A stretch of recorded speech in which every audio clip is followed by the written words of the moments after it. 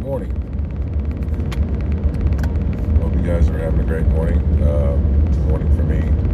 Headed into work. Been up since 3:30. Works at 7. I gotta get up at 3:30 in order to be there by 7. I'm a union construction worker.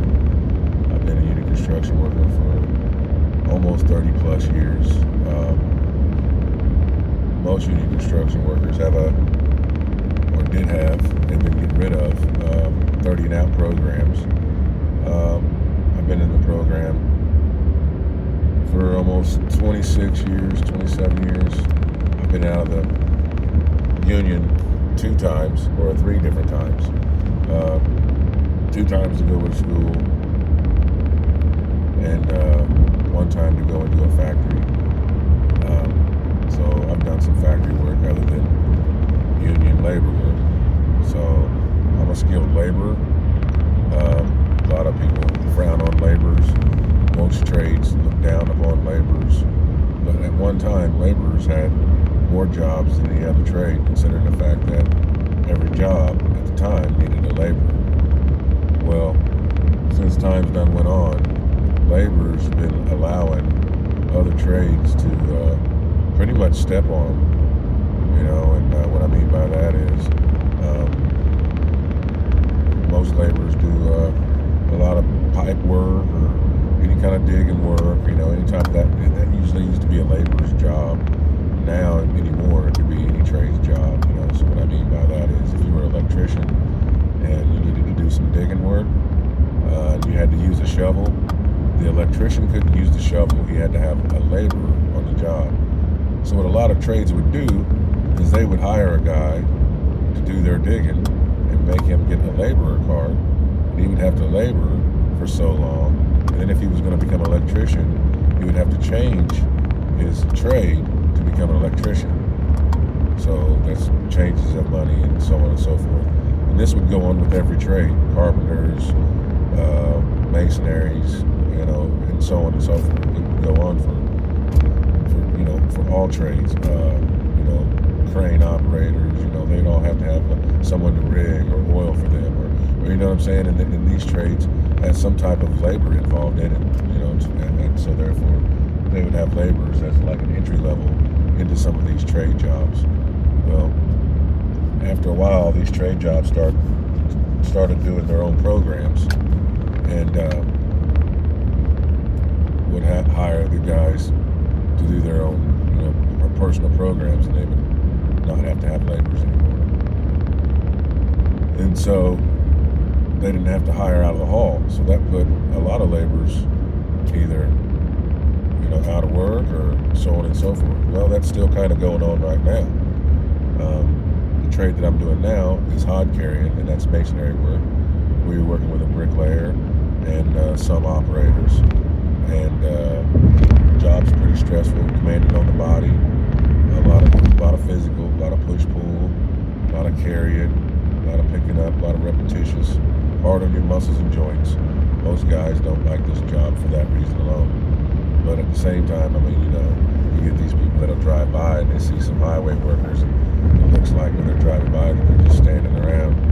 I can tell you right now, 85% of the time, those guys are doing some strenuous work, and if you see them standing around, they're probably giving their body a break. And don't get me wrong, there is those guys that are out there flagging, and holding a sign or running the radio and telling people to come through or stop or slow down or whatever. And that's a pug job too. But at the end of the day, it can be stressful, given the fact on how things are and how the highway flows.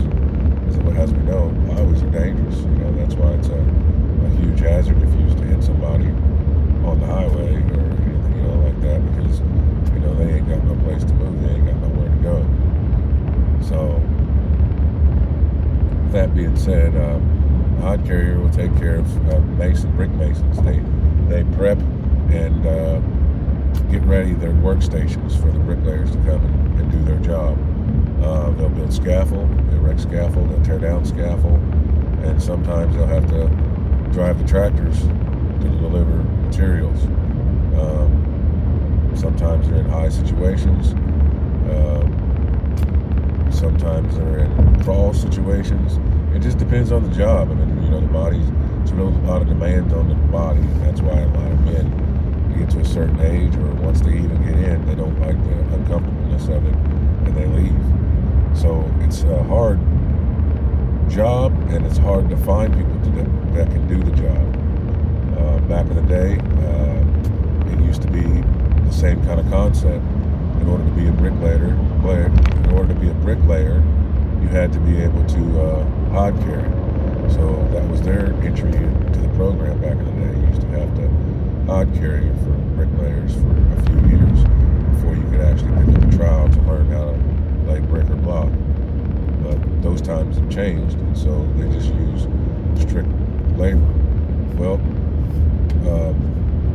that's okay, but a laborer and a hod carrier are two different things. Even though they do labor work, they are not a laborer. A laborer is someone that is going to pull nails, is going to bring water, is going to be the backup service, do the digging, do the shoveling, do the tearing down, do the painting, do the scraping, do some cutting. I mean, they do a lot of things other than throw mortar. They flat work, finishing concrete, laying concrete are definitely not the same as hod carrier. Yeah, you deal with mortar, and they both deal with mud. And hod carrier is going to be touching that mud all day. He's going to be shaking that mud, and shaking the muds where you're putting the mud on the board, on a wooden board, putting a little bit of water on it, and you turn it over a few times to keep it moist, so when the bricklayer goes back for another trowel full to lay a bed joint, it's nice and smooth, and it lays down flat onto the surface so they can level it. Now, this will go on throughout the day. You might have, let's just say, let's go by union rules. Union rules state that it should be 3 bricklayers to every 2 hod carriers. Well, just like most jobs in this country or around the world, more is better. So they're always going to be pushing you to throw those units in the wall. So in order to throw more units in the wall, you got to put more guys on it.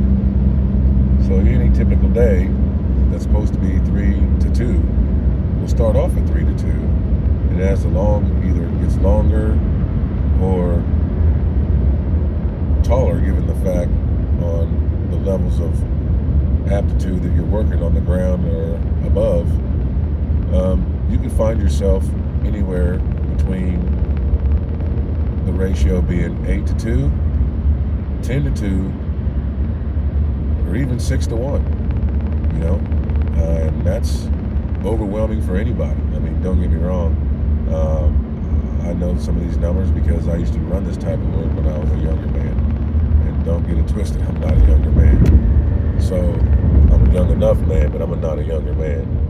So what I mean by that is, it's hard on your body and it's hard on your mental. Hod carrying, the closest thing I can compare it to is serving. And what I mean by serving is like being a server, like a waiter or a waitress or something. You know what I mean? You're actually constantly bringing these guys material so they can put this wall up, and so they don't have to leave their station to go find it. That's your job, is to go for it for them. So and make sure that they don't need anything. So you're reading the wall just like they're reading the wall, but you need to be in front of them reading the wall so they're not needing or wanting or waiting on you for anything. So therefore, like I said, service. So most guys, they don't want that. They don't like that. They don't like the constant moving and the constant chase of the job. They don't like it, or there's constant busyness. They don't have time to take a break. Sometimes, a big chance to go to the restroom, depending on how many restrooms are available on the job and what the job looks like. I mean, the job I'm on right now, it's probably got 12 porta potties to a job that has, let's go 200 people on it. I mean, I don't know, but the sanitarianism about that whole situation baffles me, considering the fact that back in the day when I first started tell you on the Porta Johnnies on how many number twos one of those Porta Johnnies can handle. Well, those Porta Johnnies can handle 10 number twos a day. So with 15 of those on the job and 200 people on it, I think they should be there daily. Or maybe get more Porta Johnnies on the job. Because it's terrible to walk a quarter mile to find out that you can't go to the restroom or there's no toilet paper. And that's a high possibility on this job. It's happened many, many times. And I can tell you for a fact, when it happens to me, there's no one to go to complain to. There's no number to call. There used to be on the side of the Porta Johnnies, but they scratched and took that off because people don't like to look bad because they're not doing their job. But at the end of the day, someone will come along and fire you for not doing your job. It's crazy on how no one wants to own up to their own consequences of things, of their actions that they expect you to. Anyway, once again, I don't want anyone to get this twisted. This isn't a bitching video. This isn't a vent video. This is just my observation in the day in the life of a union construction worker going to work and doing this daily 8-hour day, well, 12-hour day, considering the fact that I drive an hour and 10 minutes one way. So you gotta tack that on, and then have to make it back to your spot in one piece with you in your car. But that's part of the gig. That's part of the job. But what it turns into, like I said, you get taken advantage of, and there you are. You're working your balls off. And don't get me wrong, you can work your balls off. And I'm not saying that to be vulgar or any type of way, because I can tell you right now, construction workers are that. They are vulgar in their potty mouth, and it is what it is. And for those that I offend, I try not to, but sometimes it just happens, it slips out and it comes out. But that being said, I say balls because I've been doing hod carrying part of the union labor job, skilled labor job, for, I would say, 13 years of the 30 plus that I've been in. So, and ran work as a foreman for 7 years. So I kind of know a little bit of the ins and outs, not everything, but I know the ins and outs, just enough to explain on how the job goes and why there's a lack thereof of help of people wanting to do it, because that's what's going on here. They can't find guys that want to do the job. So I haven't disclosed, and if I did disclose, I'll disclose again. As of right now, the job is $32.50 an hour is what the pay is on the check. The insurance is great insurance, but you don't start and you're not available for insurance until you've had worked and accumulated at least 600 hours. Now, at that $32.50 job, that's pretty good. But some jobs at $32.50 only require you to show up and push a broom, or maybe wipe windows, or maybe turn a sign. I've done them both, but not here recently. But because as you're a union laborer, you want to be skilled in many things, so the jobs can come to you abundantly. You can do other things other than just one thing. I'll give you an example. Painters are in the labor union now. They didn't used to be, but they are now. So if you're a painter and that's all you do is paint, well, that's all you do is paint. So if there's no paint jobs, it's going to be hard for you to find a paint job. You're going to have to find a paint job somewhere, or your business agent's going to have to find you a paint job. To where a skilled laborer is, you put your name on the books, or the BA knows of you, and he can come and put you on a job that he knows that your skill set matches. So if you have a well-rounded skill set, it's almost hard for you not to be working. Some people with a high skill set will actually lay themselves off, because once they get around to working for some years or decades, if you don't work for a solid company, then you can work for a lot of companies, and you can build up reference, and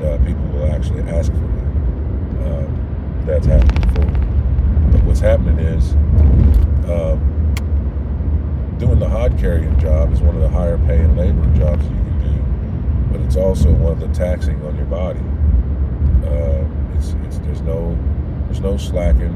There's always movement. Communication has got to be pretty good, and so there's really no time to do any kind of playing on your phone or lollygagging, because given the fact of where you're working at and what you're doing, your possibility of an accident can be pretty high. So your awareness wants to be kind of up as well. So a lot of people, men and women, and majorly elderly guys that are on their way out of our 30 and out system, or will finish with maybe pushing a broom, or holding a sign, or doing stuff like that. You know what I mean? Putting up barricades or taking down barricades. A job that's not that bad, but it's easier on your body, so they can finish out their work years. I agree with that. But hod carrying is like pretty darn brutal. People's like, oh, it ain't that bad, until they go and do it. And those that have done it, well, they revere you as gods. Well, back in the day, they used to have a saying called hod gods. If people that knew how to hod carry really well, they would call them hod gods. They were so good that they were godly. But those are just jokes and things like that. But my term is a Jedi Ninja Hod. Jedi for wisdom, and ninja for being able to do anything and everything without having any weapons. So that's like our unicorn in the hod carrying world is a Jedi Ninja Hod. I mean, of course, no man wants to become a unicorn, but maybe he does. So I say Jedi Ninja Hod. Same thing as a hod god, just jokingly. But given the magnitude of the job, if you was to see how things go on, you can understand where those terms come from and what people think of it. Because eventually, off in a distance, you'll catch people watching you move versus how they move. And they shake their head saying, there's no way I would do that. I couldn't do that, or that's crazy. And they're no different than you. Not only can they do it, they could probably be better than you at doing it. But it's the simple fact they're just saying that they don't want to do it. And they can't do it. It looks physical. It's taxing. All those are true. But at the same time, most of these people, men and women, like I said, will take the broom job over that type of job, which is understandable. Doing the hod carrying job, when I was working as a foreman, my 7 years, I had never but one time had a female hod carrier. Granted, she wasn't very strong to do the job at first. Tending bricklayers, she wasn't very good at that, and she wasn't very knowledgeable, but I worked with her because she was willing to learn. And she got pretty good. She got good enough to where she could tend at least 2 guys, which that's pretty good given the fact that there's no females in this line of work, only on the bricklaying side. And what I mean by that on the bricklaying side is on the bricklayers, when they lay those 8-inch blocks that are sometimes 30 pounds or 40 pounds, depending on the size of the block, they can 2-man them. And what I mean by that is one person can be on one side and the other person be on the other side, and they can lay the block on the wall.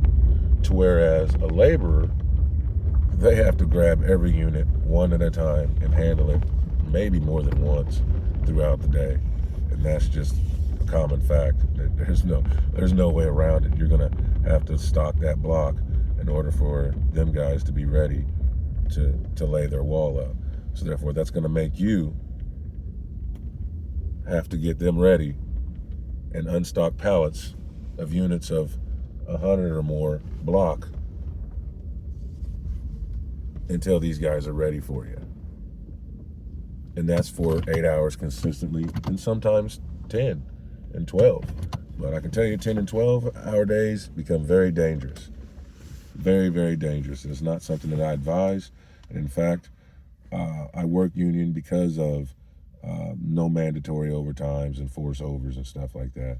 I mean, don't get me wrong, you do work over sometimes, but for the majority of it, they usually keep it to an 8-hour gig. which is fine because anything over 8 hours driving, an hour and 10 minutes or an hour one way, it can be taxing on your body to where you want to fall asleep behind the wheel. And that part gets it dangerous before you even get to work. So now that I pulled up at work, I'm going to start my day. But once again, I hope you learned something from this and not taking it as me complaining, because I can tell you right now, I'm not complaining. There's nothing but positive right here. I'm positive when I get up. I have to be positive, and my mindset has to be positive in order to get here. Because to get to this point, to deal with the attitudes that I'm going to run across, it takes a special kind of person. And I'm not special. I'm just saying the people that are here that work are special. And they're special because they're here for their own reasons. Something got them out of bed to get here to continue to do their job. So now that I'm here, I might as well get my ass to work. Peace.